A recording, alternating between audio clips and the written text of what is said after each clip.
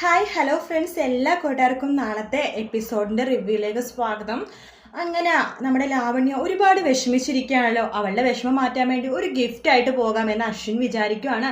അങ്ങനെ അശ്വിൻ ലാവണ്യക്ക് വേണ്ടി ഒരു ഗിഫ്റ്റ് ഒരു മേടിച്ച് പൊതിഞ്ഞ് ഭദ്രമായിട്ട് വെച്ചിരിക്കുകയാണ് ലാവണ്യക്ക് കൊടുക്കാൻ വേണ്ടിയിട്ട്. അങ്ങനെ പോണ സമയത്താണ് അടുക്കളയിൽ എത്തുമ്പോഴേക്കും കരണ്ട് പോകുമ്പോൾ ലാവണ്യ എന്നിട്ട് നമ്മുടെ ശ്രുതിയുടെ മേത്ത് അശ്വിൻ പിടിക്കുമ്പോഴേക്കും പെട്ടെന്ന് കരണ്ട് വരുമ്പോൾ ശ്രുതി പെട്ടെന്ന് ഇങ്ങനെ നെട്ടുവാട്ടോ.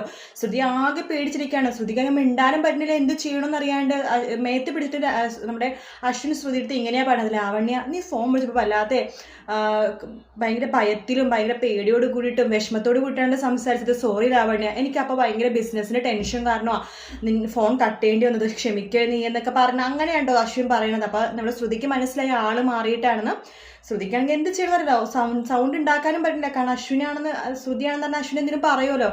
അപ്പം പെട്ടെന്ന് കരണ്ട് വരുമ്പോൾ അശ്വിൻ നീയോ എന്നൊക്കെ ചോദിച്ചിട്ട് ഭയങ്കര ബഹളവും കാര്യങ്ങളൊക്കെ ഉണ്ടാക്കുവാണ്. അങ്ങനെ ശ്രുതിനെ അവിടുന്ന് പറഞ്ഞയക്കുവാണ്. അഞ്ജലി പറഞ്ഞത് ഒന്നും കേൾക്കാം. അഞ്ജലി പറയേണ്ടത്, എടാ കുഞ്ഞ നിനക്ക് വേണ്ടിയിട്ടാണ് ലാവണ്യ ട്രെയിൻ ചെയ്യിപ്പിക്കാൻ വേണ്ടിയിട്ടാണെന്ന് പറയുമ്പോൾ എവിടാ ആര് പറഞ്ഞിട്ടും അശ്വിൻ കേൾക്കുന്നേ ഇല്ല കേട്ടോ. ഇതിനിടയിൽ നമ്മുടെ ശ്രുതിയും ലാവണ്യയും തമ്മിലുള്ള ആ ഒരു ഫ്രണ്ട്ഷിപ്പിന്റെ ബോണ്ട് ഉണ്ടല്ലോ, അത് ഉണ്ടാവുന്നുണ്ട് കേട്ടോ. കാരണം വെച്ചാൽ ലാവണ്യക്ക് ശ്രുതി എടുത്ത് ചെറിയൊരു ഇഷ്ടം, വലിയ ഇഷ്ടമല്ല എന്നാലും ഫ്രണ്ടാണോ ഫ്രണ്ട് അല്ല, പക്ഷെ എന്നാലും അവളെ ഇഷ്ടമാണ് ലാവണ്യക്ക്, ശ്രുതിനെ ഇഷ്ടമാണ്. അങ്ങനെയാട്ടോ. അങ്ങനെ ശ്രുതിനെ പറഞ്ഞയക്കുമ്പോഴേക്കും അഞ്ജലിക്ക് ആകെ വല്ലാത്ത വിഷമവും ഒരു ഭയങ്കര ബുദ്ധിമുട്ടും തോന്നുന്നു. കാരണം അശ്വിൻ്റെ ജീവിതത്തിന് വേണ്ടിയിട്ടാണ് അഞ്ജലി ഇങ്ങനെയൊക്കെ ചെയ്തത്. പക്ഷെ അശ്വിൻ അത് കേൾക്കാണ്ടും മനസ്സിലാക്കാണ്ടും ഇങ്ങനെയൊക്കെ ചെയ്യുമ്പോൾ അതും ദേഷ്യത്തിൽ അശ്വിൻ എന്തൊക്കെയൊക്കെയോ വിളിച്ചു പറയുവാണ്, ഇത് എൻ്റെ വീടാണ് നിങ്ങളുടെ വീടല്ല അങ്ങനെയൊക്കെ പറയുമ്പോഴേക്കും അഞ്ജലിക്ക് വിഷമമായിട്ട് അഞ്ജലി അവിടെ നിന്ന് ഇറങ്ങി പോകുവാണ്. അപ്പം അഞ്ജലിനെ അന്വേഷിച്ച് നമ്മുടെ ആകാശമൊക്കെ പുറത്ത് അന്വേഷിക്കുന്നുണ്ട്, അതുപോലെ തന്നെ ശ്യാം ആണെങ്കിൽ ടെറസിൽ കയറിയിട്ട് അവിടെയൊക്കെ അന്വേഷിക്കുന്നുണ്ട്. എല്ലാവരും അങ്ങോട്ടും ഇങ്ങോട്ടൊക്കെ അന്വേഷിക്കുമ്പോൾ അഞ്ജലിനെ കാണുന്നേ ഇല്ല.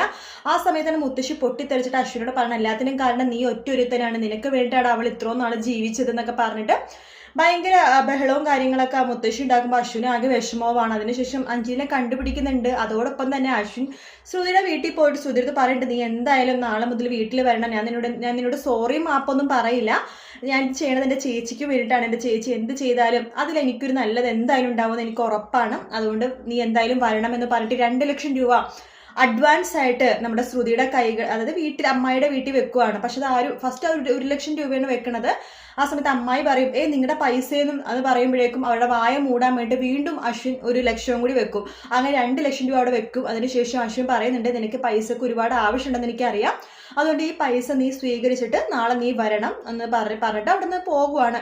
പോയി കഴിയുമ്പോഴേക്കും ശ്രുതി ഇങ്ങനെ കരഞ്ഞുകൊണ്ടിരിക്കുവാട്ടോ. അപ്പോൾ ആ സമയത്ത് പ്രീതി അമ്മായിയൊക്കെ പറയണ്ട, നിനക്ക് അവൻ്റെ മുഖത്ത് ഇത് വലിച്ചെറിഞ്ഞിട്ട് നമുക്ക് പണത്തിന് അത്യാവശ്യമൊക്കെ ഉണ്ട് ശരിയാണ്, പക്ഷേ ഇങ്ങനത്തെ ഒരാളെ വീട്ടിൽ പണിയെടുക്കേണ്ട ആവശ്യമൊന്നുമില്ല, ഈ പണം അവൻ്റെ മുഖത്ത് വലിച്ചെറിഞ്ഞൂടെന്ന് ചോദിക്കുമ്പോൾ ശ്രുതി പറയുന്നുണ്ട്, പണത്തിന് ഒരുപാട് ആവശ്യമുള്ള സമയമാണ് ഞങ്ങൾക്ക്, അമ്മായിക്കറിയാലോ അമ്മായിയുടെ വള പണയം വെച്ച് ഇവിടെ ഒരുപാട് കടങ്ങളുണ്ട്, പിന്നെ വീട്ടിൽ അച്ഛനെ അമ്മേനെ സഹായിക്കണം, അതുകൊണ്ട് ഈ പണം എന്തായാലും വേണം. അപ്പം അതിനു വേണ്ടി ശ്രുതി എന്തായാലും അശ്വിൻ്റെ ആ പണം സ്വീകരിച്ചിട്ട് വീണ്ടും അശ്വിൻ്റെ വീട്ടിലേക്ക് പോകുവാണ്. പിന്നെ അശ്വിൻ പ്രശ്നമൊന്നും ഉണ്ടാക്കില്ല കേട്ടോ.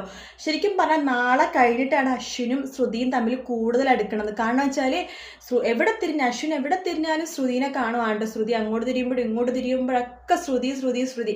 അങ്ങനെ അശ്വിൻ ഇനി മുതൽ അശ്വിൻ്റെ മുഖത്ത് ചെറിയൊരു ഇഷ്ടമൊക്കെ നമുക്ക് ഫീൽ ചെയ്യും. ഹിന്ദിയിൽ അങ്ങനെയാണ് കേട്ടോ. ഹിന്ദിയിൽ ശരിക്കും പറഞ്ഞാൽ അശ്വിനും ശ്രുതി എത്ര വഴക്ക് പിടിച്ചിട്ടുണ്ടല്ലോ, ഇവരുടെ മുഖഭാവം കാണുമ്പോൾ നമുക്ക് മനസ്സിലാക്കാൻ പറ്റും ഇവരുടെ ഉള്ളിൽ പ്രണയമുണ്ട്, പക്ഷെ അത് അവർക്ക് അംഗീകരിക്കാൻ വയ്യ, അതാണ് അവർ എത്രയും വഴക്കുണ്ടാക്കണത്. അങ്ങനെയാണ് ഹിന്ദിയിൽ. ശരിക്കും പറഞ്ഞാൽ ഹിന്ദിയിൽ ഡയലോഗൊന്നും കൂടുതലില്ല, ഇവരുടെ എക്സ്പ്രഷൻ വെച്ചിട്ടാണ് നമ്മളെല്ലാം മനസ്സിലാക്കണം. അപ്പോൾ ഇതിലെങ്ങനെയാണ് നമുക്ക് കണ്ടു തന്നെ അറിയാം. എന്തായാലും വ്യത്യാസം ഉണ്ടോയെന്ന് എന്തോന്നും അറിയില്ല. ഞാൻ ഇന്നലെ പറഞ്ഞപ്പോൾ പേര് മാറിപ്പോയി, മൗനരാഗമല്ല മൗനസമ്മതമാണ്. അപ്പോൾ അതിപ്പോൾ നമുക്ക് കാണാൻ പറ്റില്ല. ഞാൻ പറഞ്ഞത് ഇപ്പോൾ ഇതിൻ്റെ തമിഴും അതുപോലെ തന്നെ ഹിന്ദി ഓൾറെഡി ഞാൻ മുമ്പ് കണ്ടിട്ടുണ്ടായിരുന്നു. അപ്പോൾ അത് മറന്നു പോയതുകൊണ്ട് പിന്നെ തമിഴ് കണ്ടിട്ടാണ് ഇപ്പോൾ ഞാൻ അതിൻ്റെ റിവ്യൂ പറയുന്നത് കേട്ടോ. വീഡിയോ ഇഷ്ടപ്പെട്ടെങ്കിൽ ലൈക്ക് ചെയ്യുക, സബ്സ്ക്രൈബ് ചെയ്യുക, കമൻറ്റ് ചെയ്യുക. മറ്റൊരു വീഡിയോ നാളെ കാണാം. Bye bye.